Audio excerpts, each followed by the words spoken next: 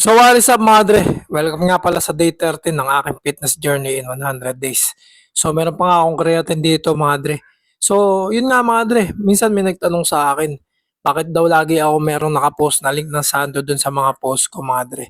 So yun kasi pagka may bumili nun, meron akong ilang percent dun sa store nila kaya nalalagay din yun sa sahod ko dito sa FB. So tama mga dre, meron na ako iniipon na sahod dito sa FB. Meron lang siyang kailangan punuin para makuha mo yung sahod. So, ibig sabihin nun mga dre, yung account ko na to, monetize na mga dre. Kaya nga nag-upload ako lagi ng mga vlog. Kasi pag hindi ako nag-upload ng vlog mga dre, nade-demonetize din yun. Ibig sabihin nun, natatanggal din yung kinikita mo kada video, kada upload mo mga dre. Kasi binago nga yung mechanics ng FB mga dre, pati yung stories, pati yung mga post mo. Kailangan meron yun mga licensed music, kailangan yung mga music na ginagamit mo, yung mga free lang, yung walang copyright ba. Ayun mga dre, sa mga nakakaalam lang yun. So mga dre, ito na nga ako sa day 30 na aking fitness journey mga dre. So medyo malakas-lakas na ako dyan mga dre kasi nakikita nyo, di ba? Halos 50 pounds na yung starting ko, yung warm up. So, tamang-tama talaga tong content ko na 'to sa 2026 mga dre. Ang dami ko nakikitang nag-jogging tapos ang dami ko nakikitang mga kabataan na naggi-gym din. So okey na okey 'yan, para sa fitness and mental health din niyo. Sabi nga nila mga dre, sabi ng mga nakakausap ko sa gym, hindi na lang para sa fitness yung paggi-gym ngayon kasi mental health na din mga dre. Kasi nabubuhos mo dito yung oras mo mga dre. Kasi pagka masyado kang maraming oras na nakatambay mga dre, masyado kang maraming iniisip. Kaya kung ano-ano lang pumapasok sa isip mo, kaya minsan nagkaka-mental health issue ka.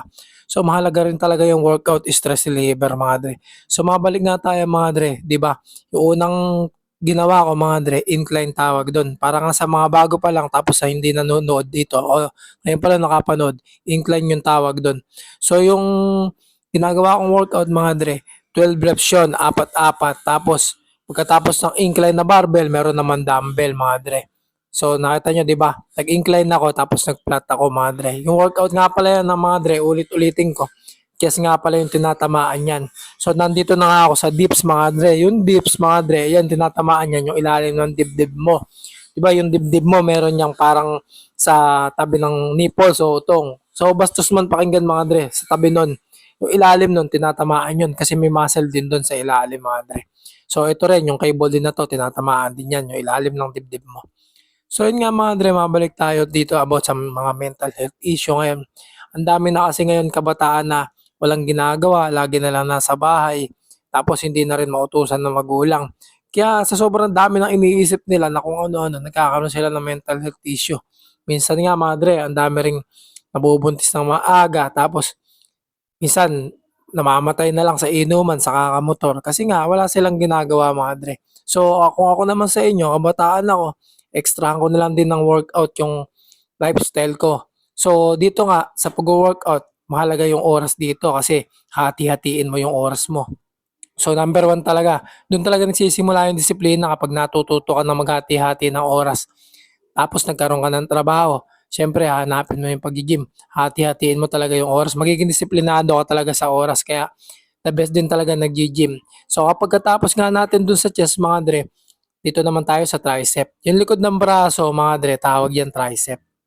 Nakita nyo? Noong unang workout na ginawa ko, skull crusher yung tawag doon. Tapos ito naman, pull over ang tawag dito. O, tapos dito, pull over din, rope. Magro-rope ka, ayan.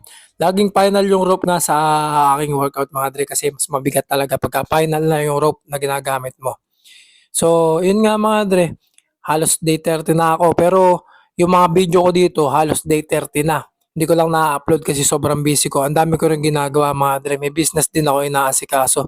So, paano ko nga ba nagagawa yung time management mga dre? So, natutulog ako ng 8 hours. Kailangan ko makatulog ng 8 hours. Pinipilit ko yung sarili ko na makatulog ng 8 hours kasi wala akong lakas pagka nag-gym ako ng umaga. Tapos papasok naman ako doon sa store, sa business ko sa hapon. So, yun nga yung pinagkukuhanan ko ng pan-gym ko mga dre para lang sa hindi nakakaalam. So, yun na nga mga dre. Tapos na ako sa day 13 mga dre. So, susunod na lang natin, day 14 mga dre. Tara na, sabay na.